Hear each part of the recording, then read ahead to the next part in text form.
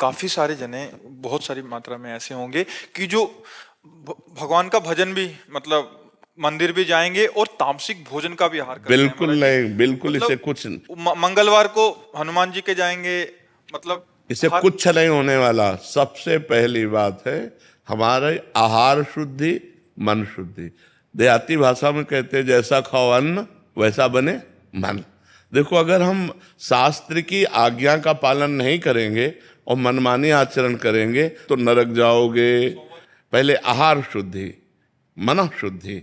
अगर जैसा खाओ अन्न वैसा बने मन। किसी भी प्राणी को दुख देना, हनुमान चालीसा का भी पाठ करते हैं। ये अपनी वासनाओं की, अपनी जिह्वा को थोड़ा रोको यार। शराब पीते हो, मांस खाते हो, अंडा खाते हो, इस तरह के व्यवहार करते हो और हनुमान जी और शंकर ये ऐसे प्रसन्न हो जाएंगे, ऐसे काम बन जाएगा? कुछ नहीं बन जाएगा। अवश्य में भोक्तव्यम कृतम कर्म शुभाशुभम। जो तुम कर्म करोगे तुम्हें भोगना पड़ेगा। चाहे मुर्गा हो चाहे बकरा हो, सब जीव अपने प्राण बचाना चाहते हैं। सब जीव, तुम उनको काट कर खाओगे वो भोगना पड़ेगा। राम जी के रूप में भगवान ने यदि बाली के चरण में बाण मारा तो भगवान श्री कृष्ण के चरण में व्याध के रूप में उसने बाण मारा। देखो ना, लीला देखो। भगवान ने अंतिम अपनी लीला जो श्री कृष्ण लीला है वो यहाँ संपन्न की कि भगवान के चरण में व्याध जो है बाण मार रहा है। अब आप विचार करो, जब वो सरकार समर्थ होते हुए भी अपने लीला का लीला दर्शन कराते हैं। श्रवण कुमार के वध का संयोग बन गया दशरथ जी के हाथ से, शब्द वेदी बाण मार दिया। तो देखो उनका जो कर्म था वो तड़प तड़प के अपने पुत्र भगवान राम के वियोग में प्राण त्यागना पड़ा कि नहीं पड़ा? भगवान उसको मिटा सकते थे लेकिन भगवान नहीं मिटाते। अवश्य में वो भोक्तव्यम गीता जी में कहा है। इसलिए हमारी प्रार्थना है कि तमोगुणी भोजन का त्याग करो, सात्विक भोजन और संयम से रहोगे तो तुम में जो बल आएगा वो एक महान पवित्र बल होगा। आज बल नहीं दिखाई देता, चेहरे में कांति नहीं है, विचार में पवित्रता नहीं है। ऐसा नहीं, हम पशु नहीं हैं, हम मर्यादा से चलने के लिए हैं। हमारी मर्यादा बनाई गई, शास्त्र मर्यादा हमारी कानून व्यवस्था है। यदि हम शास्त्र मर्यादा से चलेंगे, शास्त्र कानून से चलेंगे तो हमारा मनुष्य जीवन सार्थक हो जाएगा, नहीं तो निरर्थक हो जाएगा। जैसे आजकल बच्चे कहते हैं हम स्वतंत्र हैं। नहीं, स्वतंत्रता नहीं।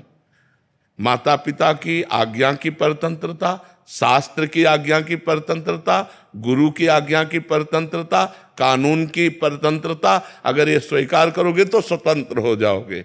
अगर मनमानी करोगे तो परतंत्र हो जाओगे। मनमानी स्वतंत्रता नहीं होती, मनमानी इंद्रियों की परतंत्रता होती। जो इंद्री कहती वही हम कहते हैं।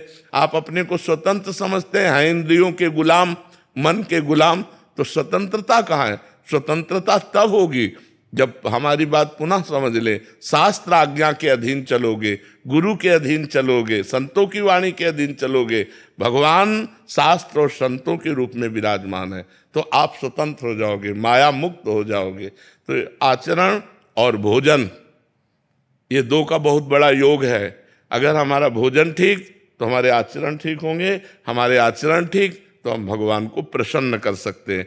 गंदा आचरण, अभी कल परसों ही एक प्रश्न आया था कि गांव देहात में महाराज जी क्या है कि छोटे छोटे देवी जी के मंदिर हैं और गांव में किसी के घर में बच्चा हो रहा है या शादी हो रही है तो महाराज जी बकरा लेके और फिर उसका वो करते हैं, बलि देते हैं। फिर महाराज जी फिर पूरे गांव वाले आते हैं, फिर पूरा मांस वो करते हैं। मंदिर भी जा रहे हैं महाराज जी, देवी की आराधना भी कर रहे हैं। ये सब ये भोजन, ये आसुरी वृत्ति है, इससे भगवत प्रसन्नता नहीं होती।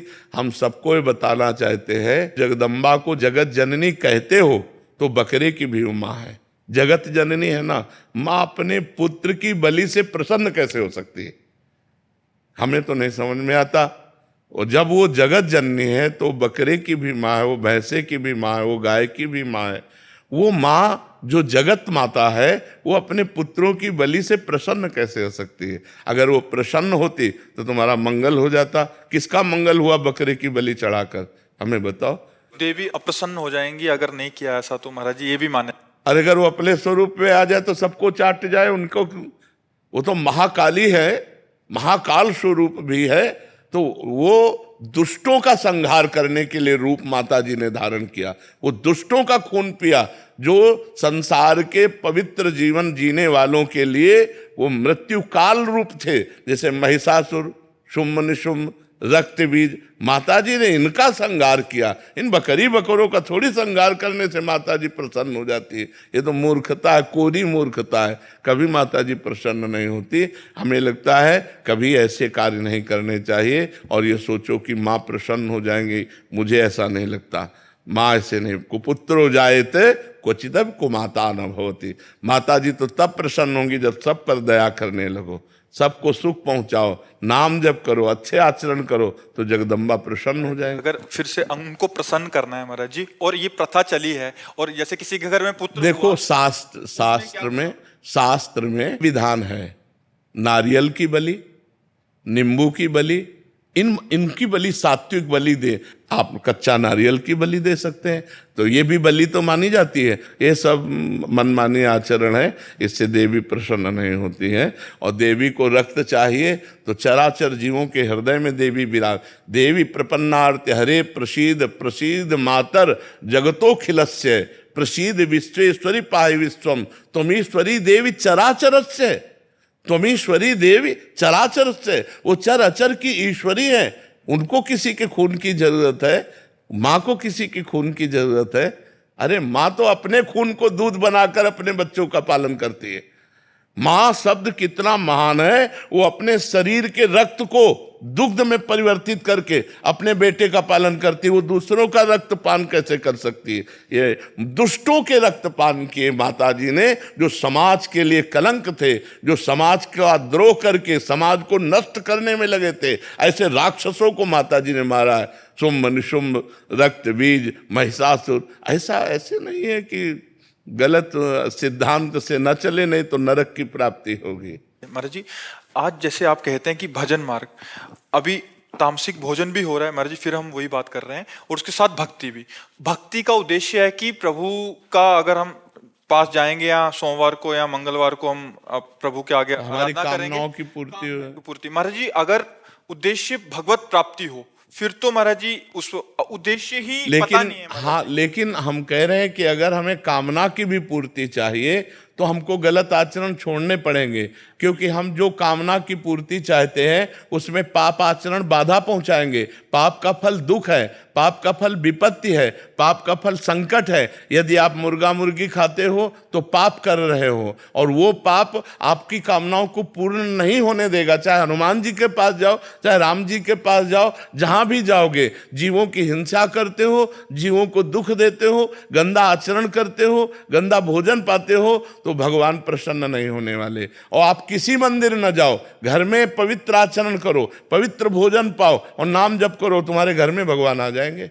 कहो सो कहाँ जहां प्रभु नाही, हरि व्यापक सर्वत्र समाना, प्रेम ते प्रगट होए मैं जाना। तो प्रेम कहाँ से आ जाएगा जब अपराध करोगे? इसलिए सब जो कामना भी पूर्ति चाहते हैं तो उनको चाहिए कि गंदा भोजन और गंदे आचरणों का त्याग करें, तो उनकी कामना जल्दी पूर्ण हो जाएगी, निश्चित पूर्ण हो जाएगी। समझते हैं कि मतलब मुर्गा और मछली का हिंसा करने से ये जीव हिंसा के अंतर्गत नहीं आता। क्यों नहीं आता? तुम्हारी अंगुली काटे तुम्हें कैसा लगेगा? दर्द नहीं लगेगा? उन जीवों को देखो, एक चींटी के भी पीछे अंगुली लगा के देखो, ऐसे वो भाग रही अपने प्राण रक्षा के लिए। क्या उनमें जीव नहीं है? क्या मुर्गा अपना प्राण बचाना नहीं चाहता? क्या पशु पक्षी प्राण बचाना नहीं चाहते? और जिनको ये है कि अगर हम खाएंगे नहीं तो सृष्टि बढ़ जाएगी, तो तुम अपने बैलेंस की चिंता करो। तुम्हारा बैलेंस जब परमात्मा बनाएगा तो तुम्हारे होश उड़ जाएंगे। वो परमात्मा का 3 कार्य है: सृष्टि रचना, सृष्टि पालन करना और सृष्टि का संहार करना। वो भी अपने आप में लय कर लेता है। वो प्रलयंकारी परमात्मा है, वो काल का भी काल है, वो महाकाल है। वो जिस समय जैसा चाहता है वैसा अपना बैलेंस बनाता रहता है। सृष्टि का बैलेंस बनाना उसका कार्य है, हमारा कार्य नहीं है। हमारा कार्य है उसकी आज्ञा के अनुसार चलना। हम मनुष्य, हम राक्षस नहीं है। तो हमें सबसे प्रार्थना है कि मांस, मदिरा, अंडा, पराई स्त्री से व्यभिचार, इनका त्याग करो तो तुम्हारा जीवन सुखमय हो जाएगा।